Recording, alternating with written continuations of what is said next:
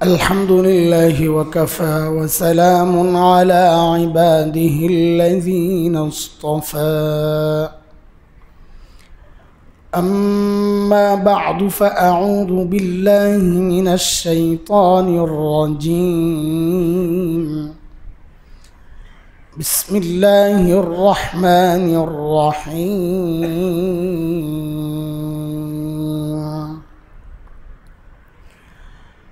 لقد من الله على المؤمنين إذ بعث فيهم رسولا من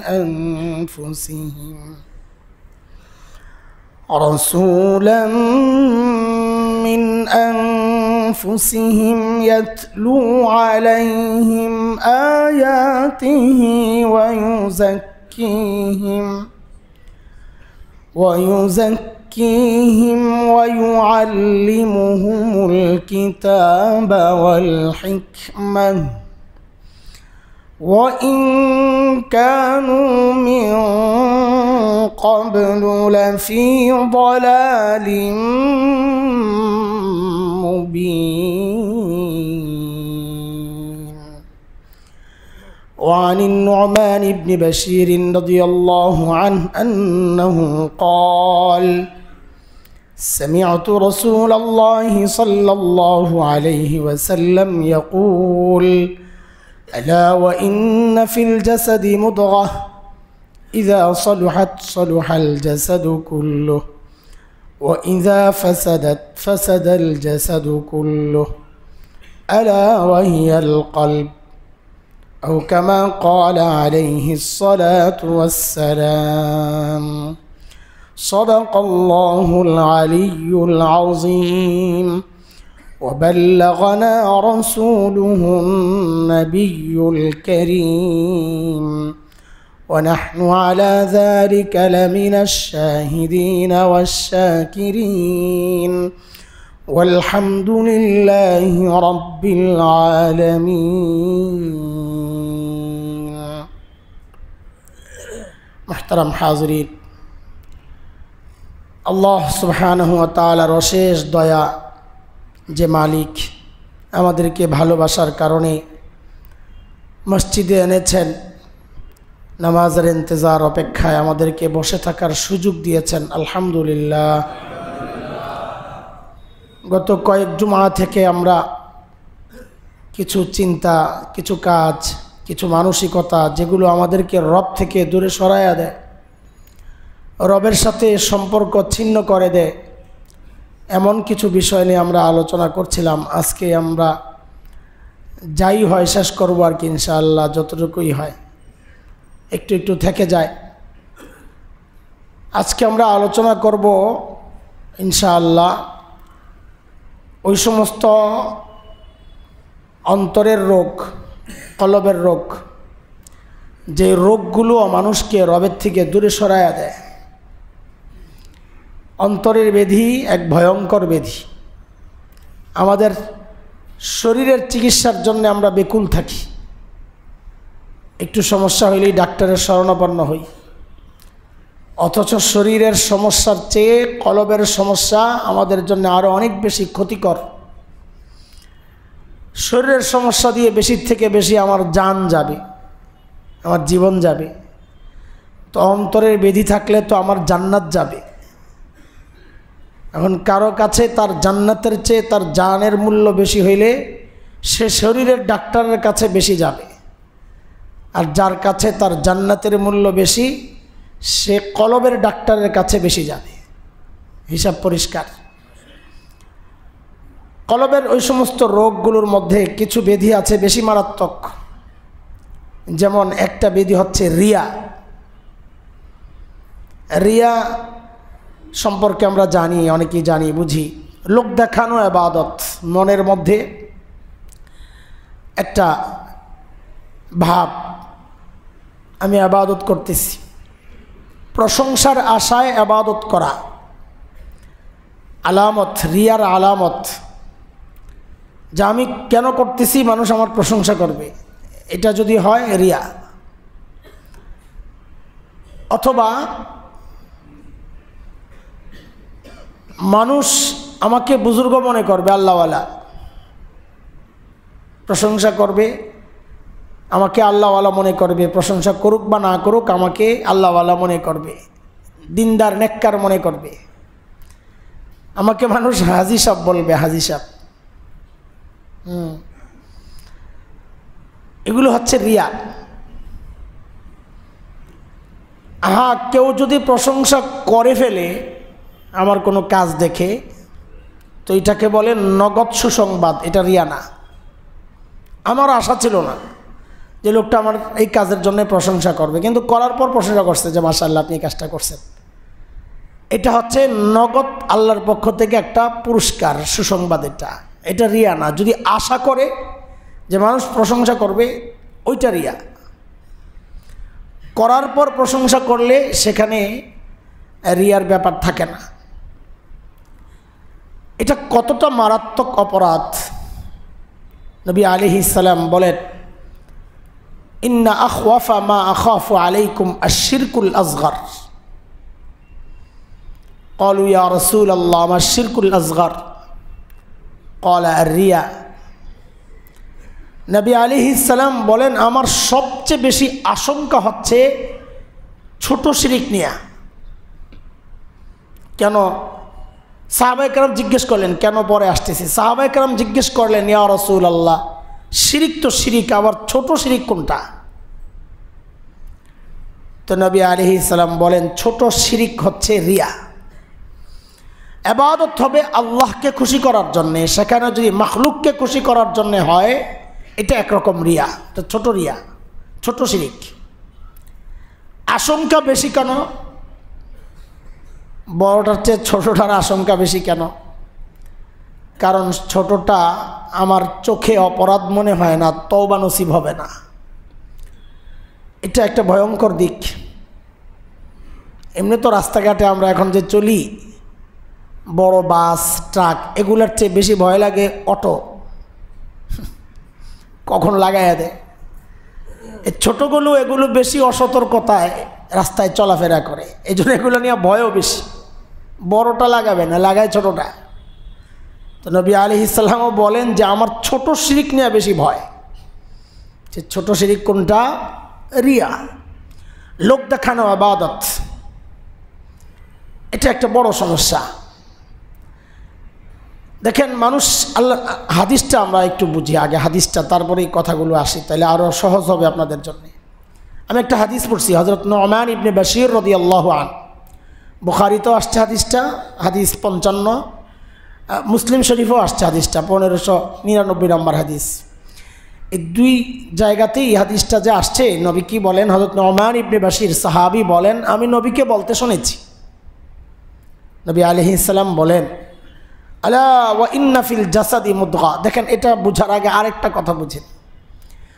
নবী আলাইহিস সালামের দুনিয়ায় আগমনের আগ পর্যন্ত দুনিয়ার যত দার্শনিক ছিল, প্রাচীন যত দর্শন ছিল, গ্রিক দর্শন, রোমান দর্শন, পারস্য দর্শন, মিশরি, যত প্রাচীন দর্শন ছিল, সব দার্শনিকের বক্তব্য ছিল একটা, সেটা হচ্ছে মানুষকে নিয়ন্ত্রণ করে তার ব্রেন।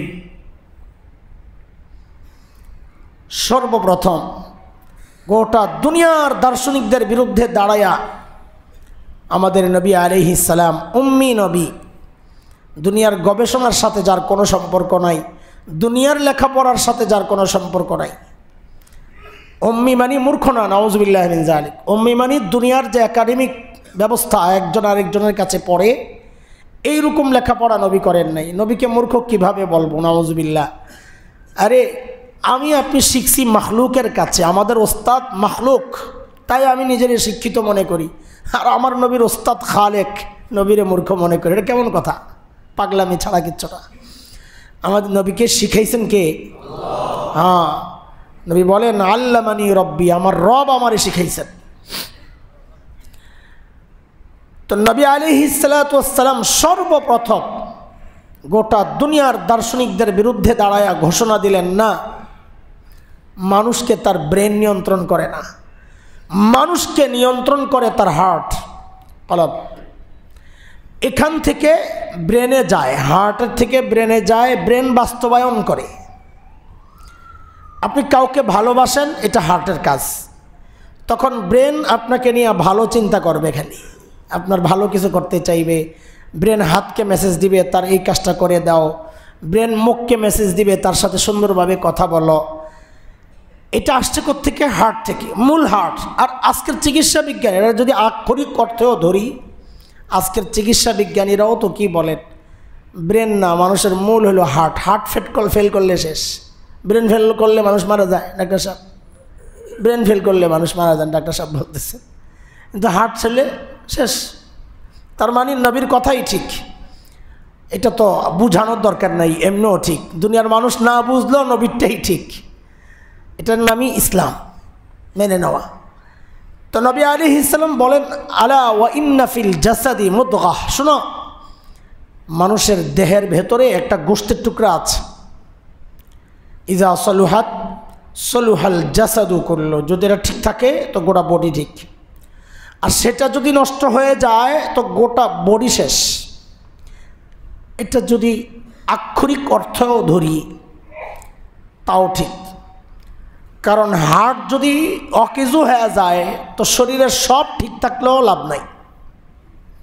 হার্ট ঠিক থাকলে কোনো জায়গায় গণ্ডগোল হইলেও মানুষটা চলতে পারে, বাঁচতে পারে। এটাও যদি ধরি তাও ঠিক আছে, কিন্তু নবী আলাইহিস সালাম মানুষের শারীরিক অবস্থা বর্ণনার জন্য দুনিয়ায় আসেন নাই। নবী আলাইহিস সালাম আসছেন হার্টের যে সমস্যাগুলো আছে স্বভাব বিষয়ক, ওগুলো ধরায় দেওয়ার জন্যে, ওগুলো ঠিক করার জন্য। হযরত খলিল ইব্রাহিম আলাইহিস সালাম, আরও একটু পেছন থেকে আসি আমরা কথাটা, গোড়া থেকে। খলিল ইব্রাহিম আলাইহিস সালাম যখন বাইতুল্লাহ বানায়া খলিল আল্লাহর কাছে একটা দোয়া করছিলেন, সূরা বাকারায় আসছে। কি দোয়া? রব্বানা ওয়াবআস ফীহিম রাসূলাম মিনহুম ইয়াতলু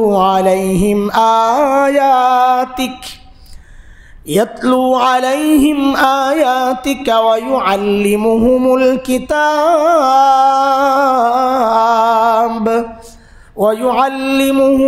কিতাব ওয়াল হিকমাতা ওয়া ইউযাক্কিহিম ইন্নাকা আনতাল আজিজুল হাকীম।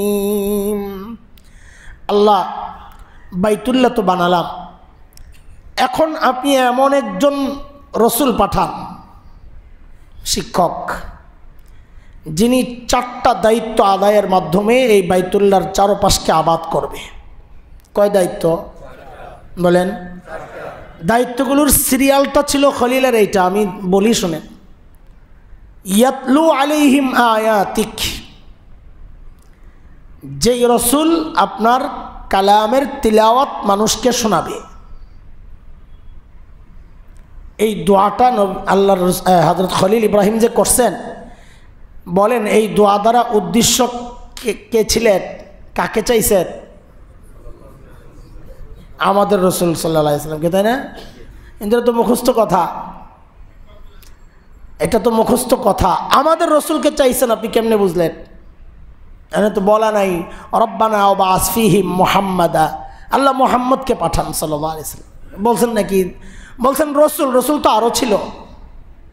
আমাদের রসুল উদ্দেশ্য আমরা কেমনে বুঝলাম? এটা একটা সূক্ষ্ম পয়েন্ট, কারণ তিনি যে যোগ্যতার কথা বলেছেন, যে কাজগুলোর কথা বলেছেন, যে মিশনের কথা বলেছেন, সেখানে প্রথমটাই হচ্ছে যিনি আপনার কালামের তিলাওয়াত মানুষকে শোনাবেন।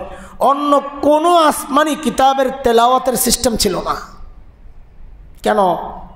কারণ অন্য কোনো আসমানি কিতাবের শব্দগুলো আল্লাহর না, বিধান আল্লাহর। আল্লাহর বিধান আসছে অটোমেটিক পাথরে লেখা হয়ে গেছে, চামড়ায় লেখা হয়ে গেছে, গাছের ছালের মধ্যে লেখা হয়ে গেছে। আর কোরআন একমাত্র কিতাব যার শব্দগুলো আল্লাহর। নবী আলাইহিস সালাম বলেন, তাবাররাক বিল কোরআন ফাইন্নাহু কালামুল্লাহি তাআলা ওয়া খারাজা মিন, তোমরা কোরআন দ্বারা বরকত হাসিল করো, কারণ কোরআন আল্লাহর কালাম, আল্লাহর কথা, আল্লাহর ভেতর থেকে বের হওয়া। এই জন্য অন্য কোনো আসমানি কিতাবের তিলাওয়াত করলে সওয়াব নাই, বিধান মানবে। কোরআন একমাত্র কিতাব যার অর্থ না বুঝেও যদি কেউ পড়ে, এটা কোরআনের অনন্য বৈশিষ্ট্য, আল্লাহ তাআলা প্রত্যেকটা অক্ষরের বিনিময়ে তাকে 10টা করে নেকি দিয়ে দিবেন। এই মৌলিক পার্থক্যটা না বোঝার কারণে অনেকে ফতুয়া দিয়া দেয় যে অর্থ না বুঝে পড়লে কোনো লাভ নাই। আমরা অস্বীকার করছি না, অর্থ বুঝে পড়াটা জরুরি। শুধু পড়ার জন্য আল্লাহ কোরআনকে পাঠান নাই, আরও পরে কাজ রয়ে গেছে। তো এই আয়াতেই দায়িত্ব আরও রয়ে গেছে। এটা তো একটা কাজ, কিন্তু এইটাকে অস্বীকার করার কোনো সুযোগ নাই যে শুধু তিলাওয়াতের দ্বারা সওয়াব হয় না, এটা অস্বীকার করার কোনো সুযোগ। তাহলে অন্য আসমানি কিতাবের সাথে কোরআনের কোনো তফাৎ রইল না। বুঝে আসছেনি কথাটা? হযরত ইব্রাহিম দোয়া করলেন, 1 নম্বর যিনি তিলাওয়াত পড়ে শোনাবেন, করে শোনাবেন। 2 নম্বর সিলেবাস ক্লাস বলতেছেন, প্রথম ক্লাস হইল এই কাজ করবেন। দ্বিতীয় ক্লাসের কাজ কি? ওয়ায়ুআল্লিমুহুমুল কিতাব, যিনি মানুষকে এই কিতাবের তালিম দিবেন, হয়তো তিলাওয়াত শিখাবেন, কিতাবের বিধান শিখাবেন, অর্থ শিখাবেন, মানা শিখাবেন, হইতে পারে। 3 নম্বর ওয়াল হিকমা। হিকমা এটার নানান অর্থ করেছেন মুফাসসিররা। বাস্তব জীবনে প্রয়োগ দেখাবেন, এটাও একটা অর্থ। নিজের জীবনের মধ্যে কোরআন বাস্তবায়ন করে বাস্তব জীবনে দেখাবেন, যেটাকে আমরা বলি সুন্নাহ। তিনি তাও মানুষকে শিখাবেন, সুন্নাহ শিখাবেন। কেউ কেউ হিকমতের অর্থ করেছেন, যেখানে যা বলা দরকার সেখানে তা বলা, যেখানে যা করা দরকার সেখানে তা করা। কোরআন থেকে তিনি এটা বুঝায়া মানুষকে শিখায়া দিবেন, এই কোরআন অনুযায়ী এখানে এটা করা দরকার, এই কোরআন অনুযায়ী এখানে এটা ছাড়া দরকার, এটা শিখায়া দিবেন। 4 নম্বর ওয়ায়ুযাক্কিহিম, যিনি মানুষের আত্মা পরিশুদ্ধের মেহনত করবেন, কলব পরিশুদ্ধের মেহনত, আত্মা না কলব পরিশুদ্ধের মেহনত করবেন, হার্ট। নবী আলাইহিস সালাম, আমাদের নবীর একটা মৌলিক দায়িত্ব ছিল এটা। আমরা কিছু হইলি বলি না, খালি নবীওয়ালা কাজ, নবীওয়ালা কাজ। নবীওয়ালা কাজ, মৌলিক কাজ এই 4টা। জিহাদও নবীওয়ালা কাজ, তাবলীগও নবীওয়ালা কাজ, হ্যাঁ, ইমামতিও নবীওয়ালা কাজ, দাওয়াতও নবীওয়ালা কাজ, সব নবীওয়ালা কাজ। কিন্তু নবীর মৌলিক দায়িত্ব যেটা খলিল সিলেবাস দিয়েছেন সেটা হচ্ছে এই 4টা: তিলাওয়াত, তালিম এবং হিকমত শিখানো, সুন্নাহ এবং মানুষের নফস পরিষ্কার, কলব পবিত্র করার মেহনত, যেটা পীর সাহেবরা যে কাজটা করে। এই মৌলিক 4টা সিলেবাস দিয়েছেন কে? ইব্রাহিম আলাইহিস সালাম। বলেন কে দিছেন? খলিল ইব্রাহিম যে দোয়াটা করছেন, আপনাদের কি মনে হয় এটা নিজ থেকে করছেন না আল্লাহ তার দিলের মধ্যে ঢেলেছেন? এই ফ্যানটা বন্ধ করতে হবে মজিন সাহেব, মজিন সাহেব, মজিন সাহেব। আওয়াজও কেমন হইতেছে বুঝতেছি না।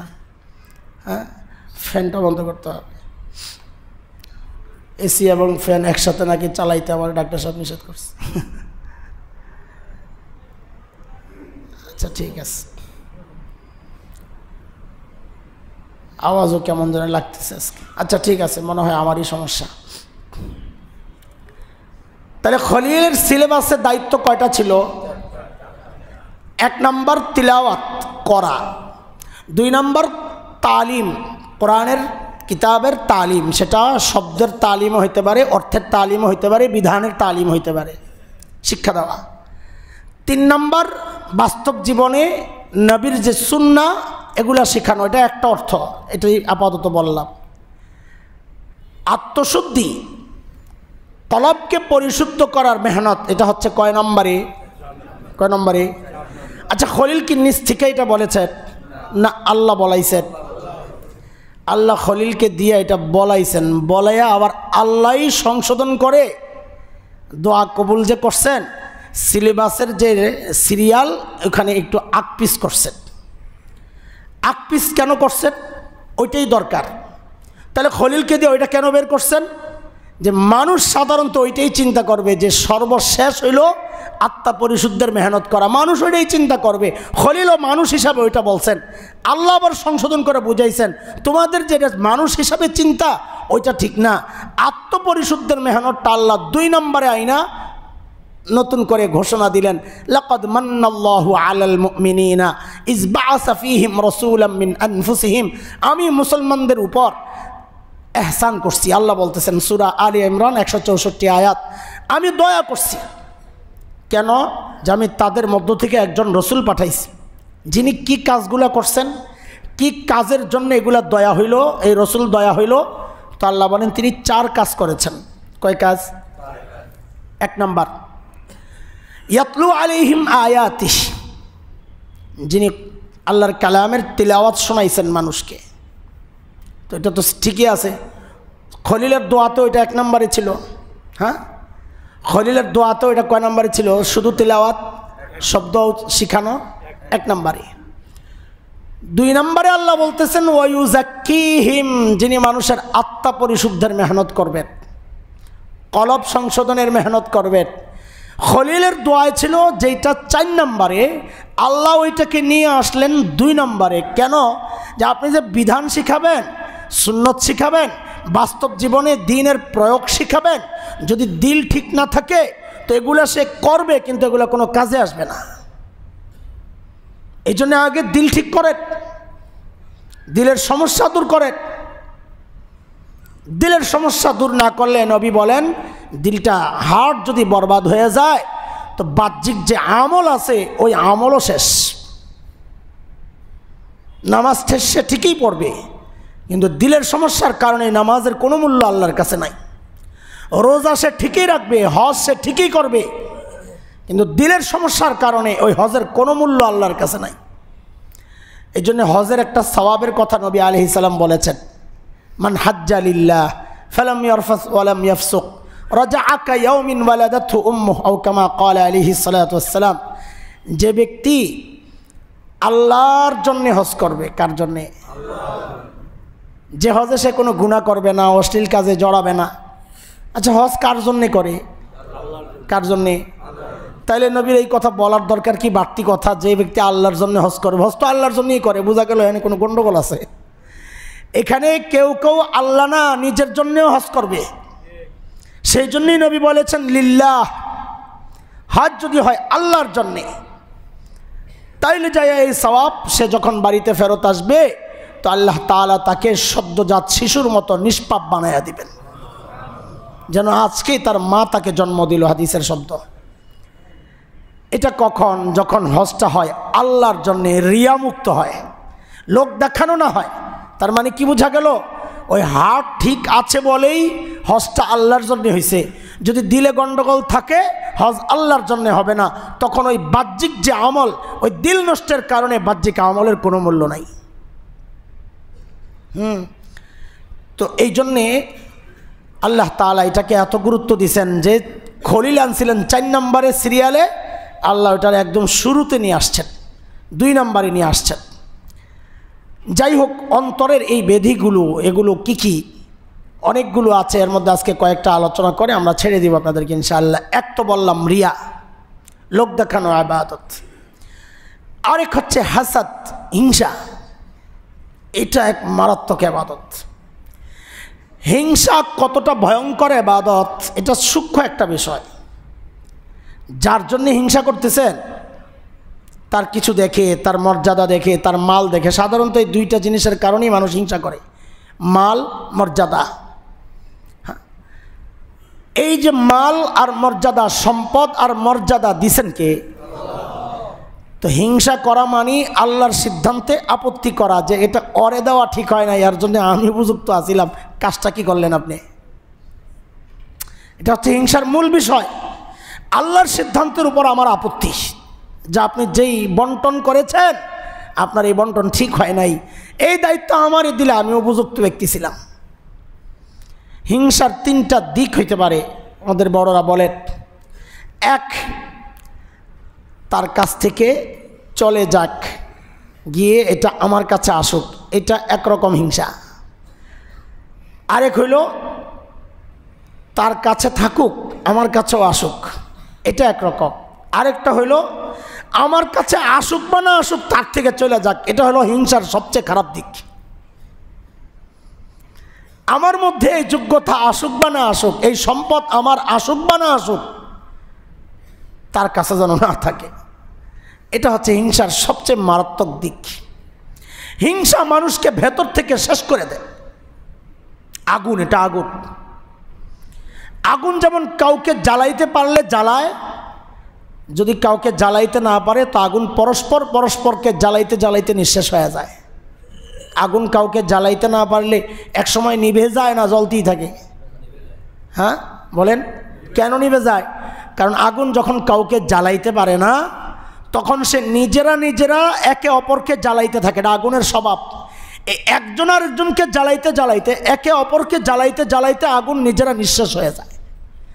ঠিক হিংসাটাও এমন, সে কাউকে যখন জ্বালাইতে পারতেছে না, সে যত জ্বলে আল্লাহ তাকে আরো বেশি দিতেছে, তো তার জ্বলন আরো বাড়তেছে। এক সময় জ্বলতে জ্বলতেই মানুষটা মানসিক সমস্যার মধ্যে পড়ে যায়। অশান্তি, ভিতরে আগুন জ্বলতেছে, নিজে নিঃশেষ হয়ে যায়। এই জন্যে আবু দাউদে একটা হাদিস আসছে, যদিও মুহাদ্দিসরা হাদিসটাকে দুর্বল বলেছেন, কেউ কেউ তো একেবারে জালি বলেছেন। ইন্নাল হাসানাত শব্দগুলো হয়তো দুর্বল, কিন্তু তার যে মূল বিষয়টা এটা ঠিক আছে। সেটা হচ্ছে ইন্নাল হাসানাত ইন্নাল হাসাদ ইয়াকুলুল হাসানাত কামা তাকুলুন নারুল হাতাব। হিংসা মানুষের নেক আমলকে এমনভাবে জ্বালায়া দেয় যেমন আগুন শুকনা লাকড়িকে জ্বালায়া দেয়, আমল বরবাদ।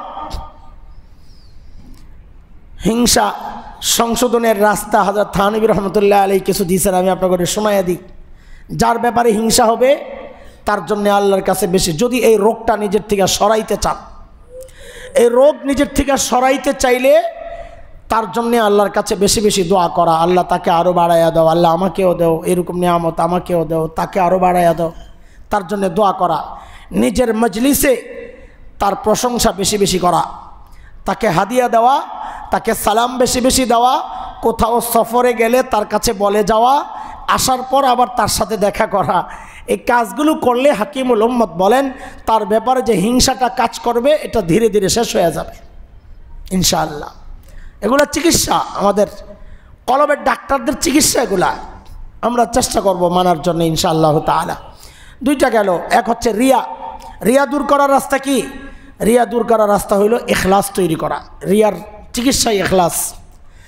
আমি সবসময় চিন্তা করব আমার যে কোনো কাজ আমি যেন আল্লাহর জন্য করি। এই প্র্যাকটিসটা করলে আস্তে আস্তে রিয়ার ওই সমস্যা থেকে আমি পরিত্রাণ পাবো। একসাথে সবগুলোর চিকিৎসা আমরা একটা বলবো ইনশাআল্লাহ।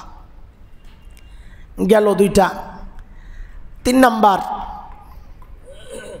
সবচেয়ে ভয়ঙ্করের মধ্যে একটা অন্তরের ব্যাধি, সেটা হচ্ছে কিবির, অহংকার। অহংকার হিংসায় তো আমি বলেছি আল্লাহর সিদ্ধান্তকে চ্যালেঞ্জ করা, আর অহংকার হচ্ছে আল্লাহর সাথে প্রতিযোগিতায় লাগা।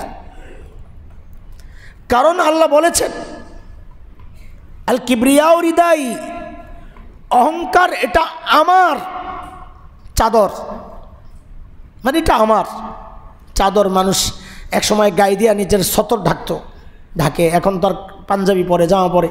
এক সময় মানুষ চাদর লুঙ্গির মতো করে চাদর পেঁচাইতো, চাদর একটা পরতো। এই 2 চাদরের পোশাক ছিল এক সময়, এখন সেলাই করা পরে। নবী আলাইহিস সালামও লুঙ্গিই পরতেন বেশি। হ্যাঁ, পছন্দ করতেন সেলোয়ারকে, কিন্তু আমাদের মতো এত সেলোয়ারের সুযোগ কোথায়?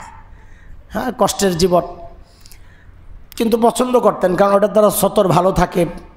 হ্যাঁ, হাঁটুর উপর কাপড় অসতর্কতাবশত উঠে যায় না। লুঙ্গি বিশেষ করে সেলাই ছাড়া, অবশ্য যারা পরে তাদেরটা মোটামুটি থাকে, আমি দেখছি খেয়াল করে। ওই যে ইয়ামন থেকে লোকজন আসে, ওদের দেখি সেলাই ছাড়া লুঙ্গি।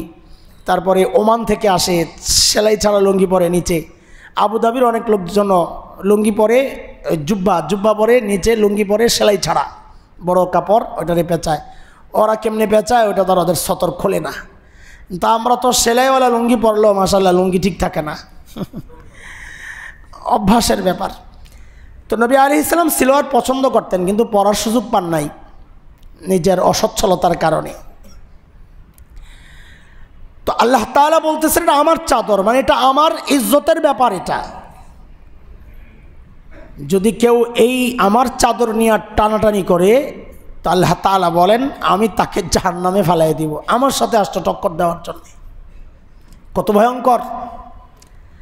হ্যাঁ, হযরত আবু বকর সিদ্দিক রাদিয়াল্লাহু আনহু নিজেকে বলতেন ধিক্কার দিয়া, মিয়া অহংকার দেখাও, আসছো নাপাক দিয়া, নাপাক এক রাস্তা দিয়ে আসছো, যাবাও নাপাক হইয়া কবরে পচবা গলবা, এ মাঝখানে পেটের মধ্যে কতগুলা নাপাক নিয়ে হাঁটো, আল্লাহ একটু ছিদ্র করে দিলে যদি বাইর হইতো তো তোমার অহংকার দেখা যাইতো কি অবস্থা, কোন দিক দিয়া যায়। আল্লাহ ভেতরে ঢেকে রাখছেন বইলে না তুমি মানুষের সাথে চলতে পারতেছো, একটু ছিদ্র করে দিলেই তো তোমার অহংকার শেষ, কারো সাথে আর চলা লাগতো না। হয়তো আবু বকর এগুলো বলে বলে নিজেকে ধিক্কার দিতেন। আরে আবু বকরের মতো মানুষ, নবী আলাইহিস সালাম, ওই যে আবু বকরের কাপড় টাকনুর নিচে, তো টাকনুর নিচে কাপড় পরা কি বলেন, জোরে বলেন, জানলে বলেন। হ্যাঁ, বলতেই তো লাগে না, স্বীকার করলে তো সমস্যা। তাহলে তো আমি যেটা করি এতদিন কি করলাম, কারণ এটা হচ্ছে নামাজের ফরজ। টাকনুর উপরে কাপড় ওঠানো কিসের ফরজ? নামাজের ফরজ না পুরুষের ফরজ?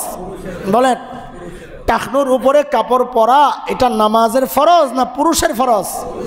তা আমরা কি করি, ওযু করে দৌড়ে এসে আগে প্যান্টটা বটি তারপরে নামাজ পড়ি। কিরে ভাই, নামাজের মধ্যে আপনি পুরুষ, মসজিদের বাইরে গেলে কি আপনি মহিলা? এইটা কোন সমস্যা? এই তরিকা আমাকে কে শিখাইলো?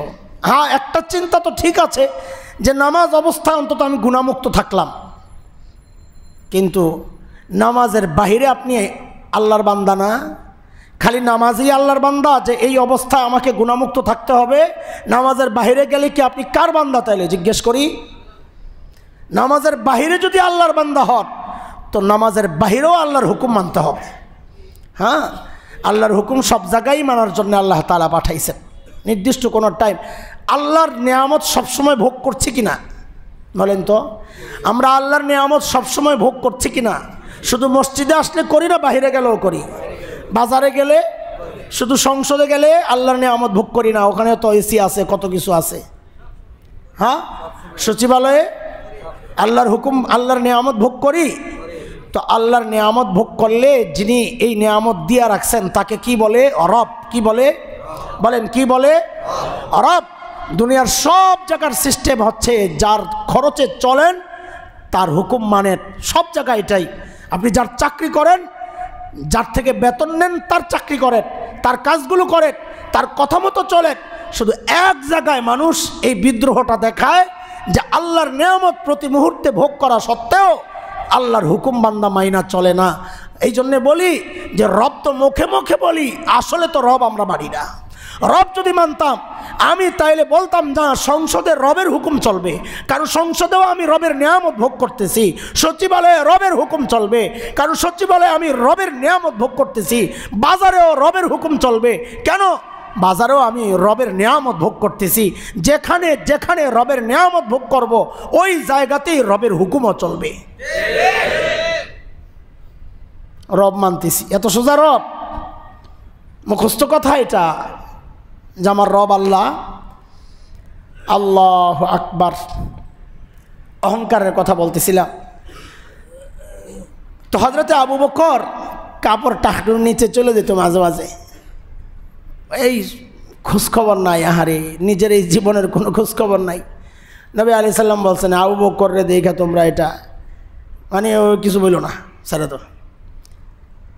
এইটার থেকে কেউ যেন এই মেসেজ না নিতে পারে যে আমারও অহংকার নাই, কাজে আমারও কাপড় যদি টাকনুর নিচে যায়। এটা আরবের অহংকারীদের নমুনা ছিল, যারা বড় শেঠ, এদের কাপড় একটু মাটির সাথে গড়াইতে গড়াইতেই যাইতো। এটা একটা ভাব আছিল, কাপড় মাটির সাথে ঝুলা। তো নবী বললেন আবু বকর এটা নাই, অহংকার নাই ভিতরে, বেচারারে দেখা লাভ নাই। এর কারণে অন্য কেউ এটা বলার সুযোগ নাই, দুনিয়ার কেউ বলতে পারবে না তার অহংকার নাই। নবী বলেছেন যার সম্পর্কে নবী জেনেছেন আল্লাহর কাছ থেকে আবু বকরের দিলের হালত কি। এমনি তো সব সাহাবীদের ব্যাপারে আল্লাহ বলেছেন ওদের দিলের হালত আমার জানা, ওদের দিলের হালত আমার জানা। উলাইকাল্লাযীনা ইমতাহানাল্লাহু কুলুবাহুম লিত্তাকওয়া, সূরা হুজুরাতের 3 নম্বর আয়াত। আমি ওদের তাকওয়ার পরীক্ষা নিছি। কে বলতেছেন? আল্লাহ।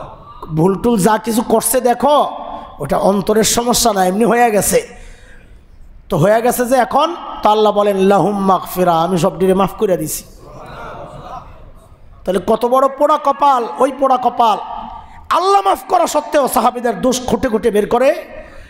সে কত বড় পোড়া কপাল যে আল্লাহ যাদেরকে মাফ করে দিয়েছেন আমি তাকে মাফ করতে রাজি না, আল্লাহর সিদ্ধান্তকে চ্যালেঞ্জ করতেছি। সাহাবীদের সমালোচনা যারা করে, সাহাবীদের দোষ যারা খুঁজে খুঁজে বের করে, এরা মনে করি আমরা এক নিকৃষ্ট প্রাণী ছাড়া কিচ্ছু না। আল্লাহ আমাদেরকে এই ভয়ঙ্কর এই ভয়ঙ্কর সমস্যা থেকে আল্লাহ আমাদেরকে হেফাজত করে। ভাই আমরা কোথায়, তারা কোথায়? আমরা কোথায়, সাহাবী কোথায়? তো বলতেছিলাম অহংকার এটা এক ভয়ঙ্কর সমস্যা। বড়রা অহংকারীর তুলনা করছেন, শব্দ হইল কাতালিআল জাবাল, পাহাড়ে আরোহণকারী ব্যক্তির মতো। অহংকারী হচ্ছে পাহাড়ে আরোহণকারী ব্যক্তির মতো। পাহাড়ে আরোহণকারী মানে পাহাড়ে যে ওঠে নিচ থেকে সবাই তাকে কি দেখে, বড় মানুষ না ছোট মানুষ? একদম পাহাড়ের চূড়ায়, তো নিচের থেকে কি দেখা যাবে, বড় না ছোট? ও উপর থেকে সবাইরে নিচে কি দেখবে? এই হচ্ছে অহংকারী ব্যক্তি উপরেরটা। সে সবাইরে ছোট মনে করলেও সবাই তাকে ছোট মনে করে। অহংকারী সে অন্যকে ছোট মনে করলেও সবাই তাকে কি মনে করে? ছোট মনে করে। অহংকার কাকে বলে? নবী আলাইহিস সালাম নিজেই ব্যাখ্যা দিয়েছেন, গামতুন নাস ওয়া বাতারুল হক, মানুষকে ছোট মনে করা, সত্যকে সত্য জেনে মানতে না চাওয়া, এটা অহংকার, অহংকারের আলামত।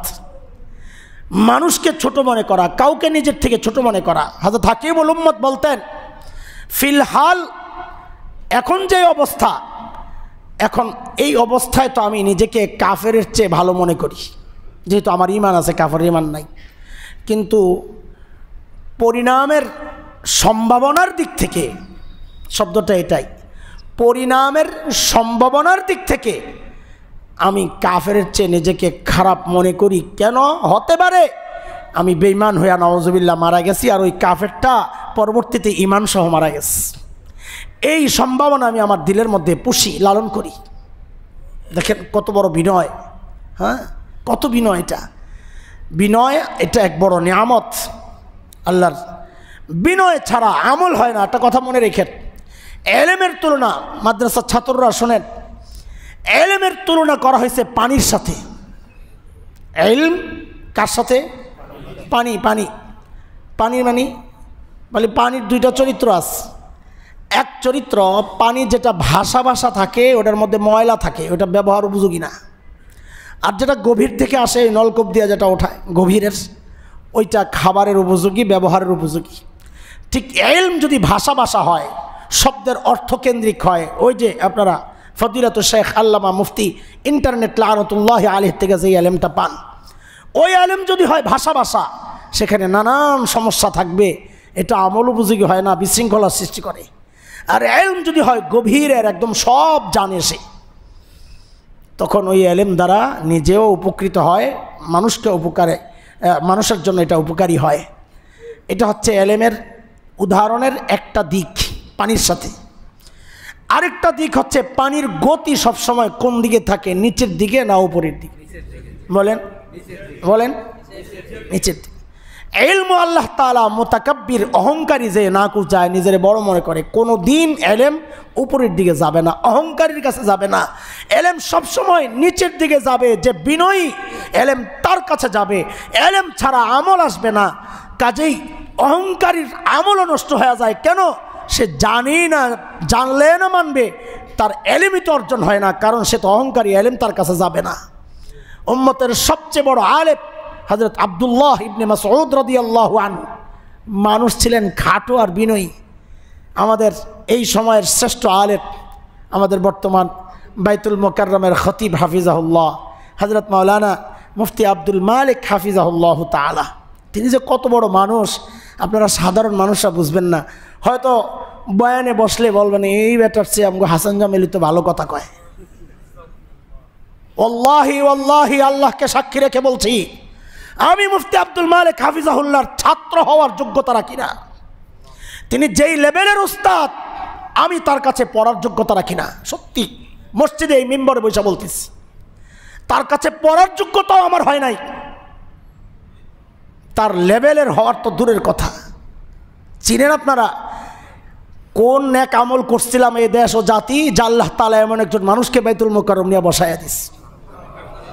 না জানি আমাদের কার কোন আমল আল্লাহর কাছে কবুল হয়ে গেছে, আল্লাহই জানে।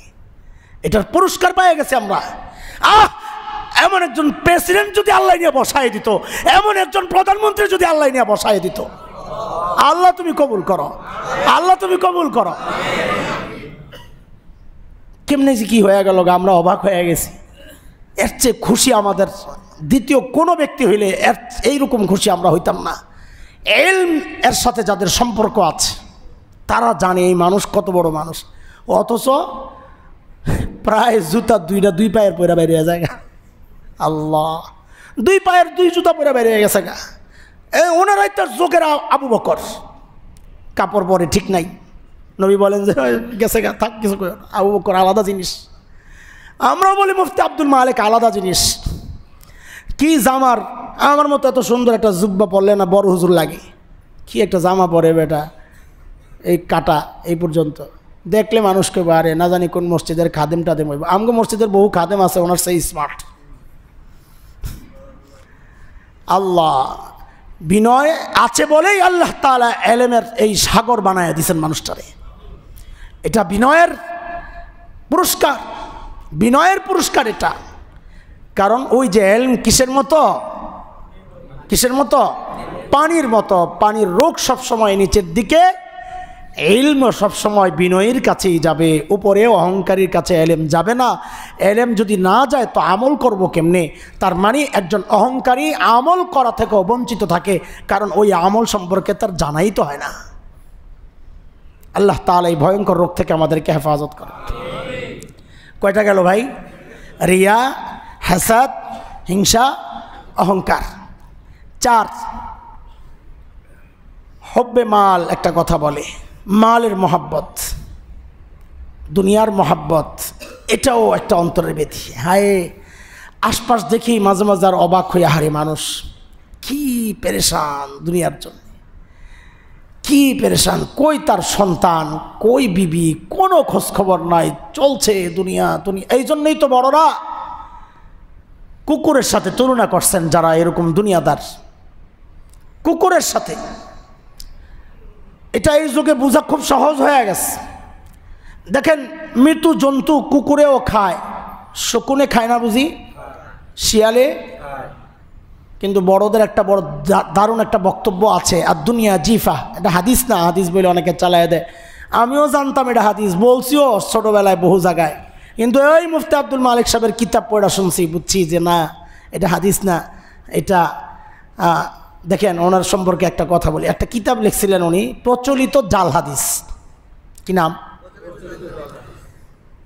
পরে দেখছেন যে এটা অনেককে আঘাত করছে, কারণ যখন ওই হাদিস আমরা লম্বা সময় আমল করছি, মানুষের শোনাইছি, যখন এইভাবে বলছি প্রচলিত জাল হাদিস, তো অনেকের লাগছে কি বুঝে। হ্যাঁ, বলা বাইন মানুষ অনেকে বইলেও বলছে মুফতি আব্দুল মালিক কি বুঝে। সুবহানাল্লাহ, কি বিনয় মানুষটার। পরে নাম পাল্টাই দিয়েছেন উনি। নাম পাল্টায় কি লেখছেন জানেন? এসব হাদিস নয়। কি লেখছেন দেখেন অবস্থা। নামের মধ্যে বিনয় নিয়ে আসছেন, কারো সাথে ওই টক্করে যান নাই, কেউ আঘাত পায় এটা খেয়াল করেন নাই। আল্লাহ, কদিন আগে আমরা গেছিলাম আমাদের এক প্রোগ্রামে দাওয়াত দেওয়ার জন্যে। উনি কি বলেন জানেন? ভাই আপনারা বড় মানুষ, ওই মজলিসে আমার যাওয়া কি ঠিক হবে? আমরা হাসতে হাসতে শেষ। যে বলেন কি হুজুর, ঠিক আছে, আপনার ওখানে যাওয়া ঠিক হবে না, এটাই ঠিক আছে। কারণ ভিন্ন, কারণ ভিন্ন। আপনি যেটা বলছেন কারণ ওইটা না। আমাদের মতো মানুষের মজলিস আপনি কেন যাবেন? এটাই তো ঠিক। ঠিক আছে, দরকার নেই, আপনি আপনার মতো থাকেন। আল্লাহ আল্লাহ হজরতের মর্যাদাকে আরও অনেক বাড়াইয়া দেন। এই উম্মতকে হজরতের ইলম থেকে উপকৃত হওয়ার তৌফিক দান করে। তো ওই হজরতের কিতাবে পাইছি এটা, দুনিয়া জিফা তালিবুহা কিলাব। কত বয়ানে যে আমি বলছি হাদিস, পরে দেখি যে হজরত বলেন এটা হাদিস না, এটা ওই যে প্রচলিত জাল হাদিস। কেউ হয়তো মনে করছে এত দামি কথা নিশ্চয়ই নবী বলেছেন, হইতে পারে নবী বলেছেন। আরেকজন যখন শুনছে উনি হইতে পারে বাদ দিয়া ডাইরেক্ট চালাইয়া দিয়েছেন নবী বলেছেন। আরেকজনে যায় শুই না বলে কলা কলা রাসূলুল্লাহ সাল্লাল্লাহু আলাইহি সাল্লাম। এইভাবেই তো হাদিসগুলো প্রচার হয়ে যায়। তো কি কথাটা বড় দারুণ। দুনিয়া হচ্ছে মৃত জন্তুর মতো, যার ভোক্তা কুত্তা। কুকুর বললেন না তো ভোক্তার লগে ওজন মিলবে না। হ্যাঁ, যার ভোক্তাকে। আচ্ছা বলেন তো, শকুন মরা গরু খায় না, শিয়াল খায় না, তো খালি কুকুরের দোষ কেন? এটা হলো বোঝার জিনিস যে কুকুরের কিছু বাজে স্বভাব আছে, যদি তোমার মধ্যে আসে তো তোমার আর কুত্তার মধ্যে কোনো পার্থক্য নাই, আর তোমার দুনিয়াও তখন ওই মৃত জন্তুর মতো নিকৃষ্ট হয়ে যাবে। কুকুরের কি আলাদা এমন স্বভাব যা শিয়ালের মধ্যে নাই, শকুনের মধ্যে নাই? বলে দেখেন, শকুন যে মরা গরু খায়, কখন খায়? দিনে না রাতে? দিনের বেলা।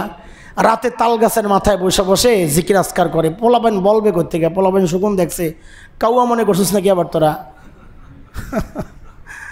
দেখে নাই তো শকুন। শিয়াল মরা গরু কখন খায়? রাতে না দিনে? রাতে।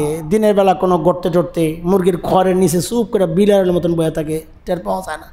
রাস্তায় যখন রাতে চলি আমরা, এত শিয়াল বাড়িঘরের ভিতর থেকে বেরোতেছে, কিরে এই হজরতে দিনের বেলা আসিল কোথায়? এমনভাবে লুকায়, দিনে বের হয় না।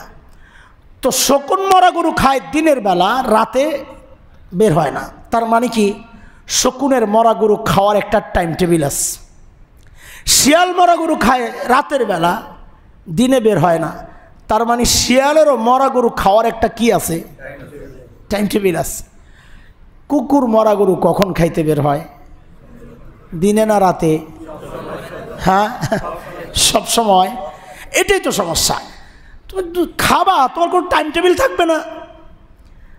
তো বড়রা বলেন, আরে মানুষ তুমি দুনিয়া কামাও, নিষেধ করা হয় নাই তো, দুনিয়া ছাড়তে বলা হয় নাই, দুনিয়া ছাড়তে বলা হয় নাই, বরং এই যে সূরা জুমার মধ্যে যে কথা আসছে, নামাজের পর কি করতে বলছেন আল্লাহ তাআলা? ফাইযা কুদিয়াতিস সালাহ ফান্তাশিরু ফিল আরদ ওয়াবতাগু মিন ফাদলিল্লাহ। যখন নামাজ শেষ তখন খাওয়া পড়া লাগবে না, আমি এগুলো দুনিয়ার নানান জায়গায় ছড়ায়া ছিটায়া রাখছি, তুমি ওখান থেকে এগুলো সংগ্রহ করো। নামাজের পরে বসে বসে দোয়া করো না, আল্লাহ একটা টাকার পোটলা পাঠাইয়া দাও, সিস্টেম এটা না। আল্লাহ কি বলতেছেন? নামাজের কাম নামাজে, ওইটা পাইবা আখেরাতে, ওইটার ফলাফল দুনিয়ায় আশা করো না, আমি দেব, তুমি আশা করো না। তুমি দুনিয়ার তালাশ করো বাহিরে। তার মানে দুনিয়া ছাড়তে আল্লাহ বলেন, দুনিয়া ছাড়তে আল্লাহ বলেন নাই তো, নিষেধ করেন নাই, শুধু বলা হয়েছে যে একটা টাইম যেন থাকে, নামাজের টাইম যেন থাকে, হ্যাঁ ইবাদতের টাইম যেন থাকে। নামাজ নাই, রোজা নাই, দিন নাই, রাত নাই, সালাত, তাসবিহ, তাহলিল, জিকির, আজকার, সন্তানের খোঁজখবর, বিবির খোঁজখবর, কিচ্ছু নাই। সারাদিন দুনিয়া দুনিয়া দুনিয়া, কোনো টাইম টেবিল নাই। তো বুঝতে হবে আমার সাথে আর কুকুরের সাথে কোনো পার্থক্য নাই। এটার আরও অনেক ব্যাখ্যা আছে, সময় আমি চলে যাচ্ছি। শুনে, দুনিয়া কামারও সমস্যা না, দুনিয়াকে এই হৃদয়ে জায়গা দেওয়া হচ্ছে সমস্যা। এটারে বাহিরে রাখতে হবে, জরুরত এটা। এই জন্য দুনিয়ার আরেক তুলনা হয়েছে পানির সাথে। সূরা কাহাফের 45 নম্বর আয়াতটা পড়ে দেখেন, আল্লাহ দুনিয়ার তুলনা করছেন পানির সাথে। কার সাথে? হ্যাঁ, পানির সাথে। পানির সাথে কেন তুলনা করা হয়েছে? তো বড়রা ব্যাখ্যায় বলেন কি, অনেক ব্যাখ্যা দিয়েছেন, ছোট্ট একটা ব্যাখ্যা দিয়ে আপনাদেরকে, যে পানি অত্যন্ত জরুরি জিনিস। আমরা বলি কি পানির অপর নাম, এটা কোরআনের আয়াতেরই একটা ব্যাখ্যা। ওয়ানজালনা মিনাস সামাই মাআ ফাআহইনা বিহিল আরদ। আল্লাহ বলেন, আমি আসমান থেকে পানি পাঠাইয়া জমিনকে জীবন দিয়েছি। তো পানির সাথে জীবনের সম্পর্ক আছে। তাহলে পানির অপর নাম কি বললাম যেন? আবার বলেন তো, পরে আবার ঘুরে টুরে যায় না। এই যে বন্যা হইল লক্ষ্মীপুর, নোয়াখালী, ফেনী, নানান জায়গায়, ওদের জন্যও কি পানির অপর নাম জীবন আসিল না মরণ আসিল? ঘুরে গেলেন মসজিদের মধ্যে কারবার। এটা কি বোঝা গেল? পানি অত্যন্ত জরুরি, কিন্তু যখন জরুরতের চেয়ে পানিটা বেড়ে যায় তখন এটা বিপদের কারণ হয়।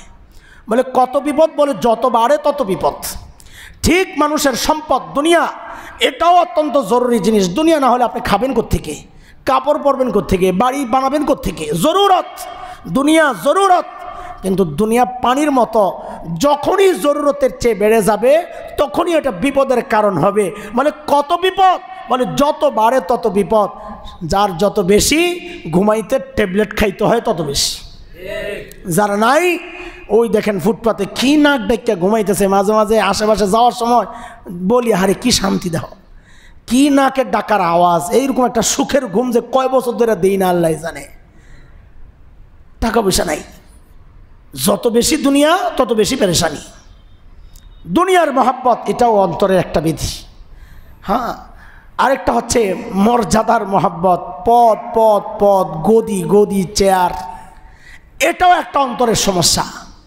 এর জন্য যে মানুষ কত নোংরা কাজে জড়ায় যায়, মানুষকে খুন করে ফেলে চেয়ারের জন্যে, এটা একটা অন্তরের বেধি। এই সব বেধির সমাধান কি? সমাধান হচ্ছে আল্লাহ তাআলা আল্লাহর নবীকে দিয়া করাইছেন, যেমন চিকিৎসা করাইছেন। বোঝা গেল এই রোগের জন্য চিকিৎসকের কাছে যাইতে হবে। এটা চিকিৎসক ছাড়া শরীরের রোগের যেমন চিকিৎসা হয় না, ডাক্তার ছাড়া কলবের রোগের চিকিৎসা ও কলবের ডাক্তার ছাড়া হবে না। যাবেন না তো আলেমদের কাছে, কত দোষ আলেমদের, সুবহানাল্লাহ।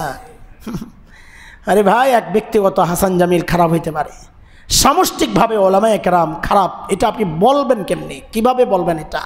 হ্যাঁ, আপনার সূরা ফাতিহা থেকে নামাজ পড়তেছেন, সব শিখছেন যে আলেমের কাছে, আপনার কাছে ওই আলেম খারাপ হয়ে গেছে, তার এই সমস্যা দেখা দিচ্ছে। মানুষ হিসাবে ব্যক্তিগত সমস্যা, নবী রসুল ছাড়া কে আছে দোষমুক্ত? হ্যাঁ, আরেকটা গ্রুপ আছে সাহাবায়ে কেরাম, তারা মাগফুর, তাদেরকে আল্লাহ মাফ করেছেন, কিন্তু তারা দোষমুক্ত ছিলেন, এটা আমাদের আকীদা বিশ্বাস না। সাহাবীরা ক্ষমাপ্রাপ্ত, নবীরা দোষমুক্ত, এছাড়া আমরা কে নিজেকে এরকম বলতে পারবো দোষমুক্ত? হ্যাঁ, দুনিয়ায় কোন জায়গায় কে দোষমুক্ত? তারপরেও তার থেকে আমি দুনিয়ার ফায়দা নিচ্ছি না। একজন ডাক্তার, তিনি দোষমুক্ত, তার কাছ থেকে আমার শারীরিক ফায়দা আমি নিচ্ছি না। একজন দোকানদার দোষমুক্ত, তার কাছ থেকে আমি আমার ব্যক্তিগত ফায়দা নিচ্ছি না, নিচ্ছি। আলেম দোষমুক্ত হবে কেন? তিনি কি নবী নাকি? আলেম দোষমুক্ত কেন হবে? কিন্তু তুলনাটা করে আপনার মধ্যে দোষ আর তার মধ্যে দোষ, পার্থক্য দেখেন। কি নিয়ে আপনি তার দোষ ধরতেছেন? নিজের হালত কি? নিজের দোষ যদি হয় সমুদ্র, আলেমের দোষ হলো একটা পাত্রের মধ্যে সামান্য পানি।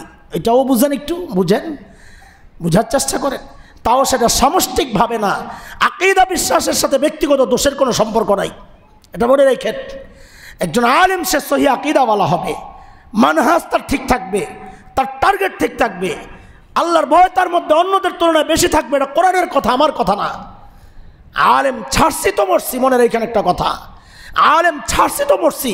এই জন্য সমস্ত বাতিলের টার্গেট থাকে আলেম থেকে উম্মতকে আলাদা করা, কারণ ওরা জানে তাদেরকে বিভ্রান্ত করার সবচেয়ে সহজ রাস্তা হচ্ছে তাকে আলেম থেকে বিচ্ছিন্ন করো। আলেম তো তাকে বুঝাইয়া দিবে এটা ভুল, এই বুঝ যেন কেউ দিতে না পারে, তাকে সরাও আলেম থেকে। আলেমদের কি কাজ এখানে? দিনের ব্যাপারে, দিনের অনেক কাজের ব্যাপারে এখন মানুষ খুব সহজভাবে বলে ফেলে, এটা আমাদের কাজ, আলেমরা এখানে কেন আসবে? নাউযুবিল্লাহি মিন যালিক। দিনের কোন কাজ আলেম ছাড়া করতে চাও তুমি? হ্যাঁ, কোন কাজ? সেটা তাবলীগই হোক না। বের করছেন কে? হযরত ইলিয়াস রহমতুল্লাহি আলাইহি, তিনি বুঝি ডাক্তার ছিলেন, তাই না? নেসাব লেখছেন কে? হযরত জাকারিয়া রহমতুল্লাহি আলাইহি, তিনি বুঝি ইঞ্জিনিয়ার ছিলেন, তাই না? এটাকে উম্মতের সামনে বৈধ একটা কাজ, এই ফতোয়া দিয়েছেন মুফতি কিফায়াতুল্লাহ রহমতুল্লাহি আলাইহি, তিনি একজন ডাক্তার ছিলেন, তাই না? ওলামায়ে দেওবন্দ তার পাশে দাঁড়ায়া আগায়া দিছেন। ওলামায়ে দেওবন্দ কোনো ইঞ্জিনিয়ার আর ডাক্তার না, তারাও আলেম ছিলেন। ওই কাজ আলেমদের কাজ। আমাদের ত্রুটি থাকতে পারে, বিচ্যুতি থাকতে পারে, ঘাটতি থাকতে পারে, গাফলতি থাকতে পারে, কিন্তু কাজ আমাদের, আমরাই শুরু করেছি। ওলামাদের সাথেই থাকতে হবে ইনশাআল্লাহ তাআলা, বিভ্রান্ত হওয়া যাবে না। এটা শুধু দাওয়াত তাবলীগের ব্যাপার বলছি না, দ্বীনি যে কোনো কাজে আলেম থেকে বিচ্ছিন্ন হব না ইনশাআল্লাহ। তাইলে ইনশাআল্লাহ পথ হারাবো না ইনশাআল্লাহ। এই আত্মার বেদি থেকে নিজেকে পাক সাফ করতে হইলে আল্লাহওয়ালাদের কাছে যাইতে হবে দোস্ত, ডাক্তারের কাছে যাইতে হবে দোস্ত, এছাড়া উপায় নাই। আমাদের আশেপাশে অনেক বড় বড় বুজুর্গরা আছেন, ছেলেবেলে আমাদের কাছে আসে, আমরা দেখাই দিই, যান ওখানে যান, ওখানে যান। মোহাম্মদপুর মুফতি মনসুর হক শাহ হুজুর আছেন, হ্যাঁ, ইব্রাহিম শাহ হুজুর আছেন, আমাদের ঢালকানগরে আছেন বড়রা, বড় বড় বুজুর্গ, ফরিদাবাদ আছেন, আমাদের বড় বড় বুজুর্গরা আছেন এখনও। তাদের কাছে যান, আল্লাহওয়ালাদের কাছে যান ভাই, তাদের সোহবতে বসেন, ইনশাআল্লাহ দিল পাল্টাবে ইনশাআল্লাহ। আল্লাহ তাআলা আমাদেরকে সহি বুঝ দান করেন, অন্তরের এই সমস্ত বেদি থেকে আল্লাহ তাআলা আমাদেরকে পাক সাফ বানায়া দেন, আমিন। ওয়া আখিরু দাওয়ানা আলহামদুলিল্লাহি রাব্বিল আলামিন।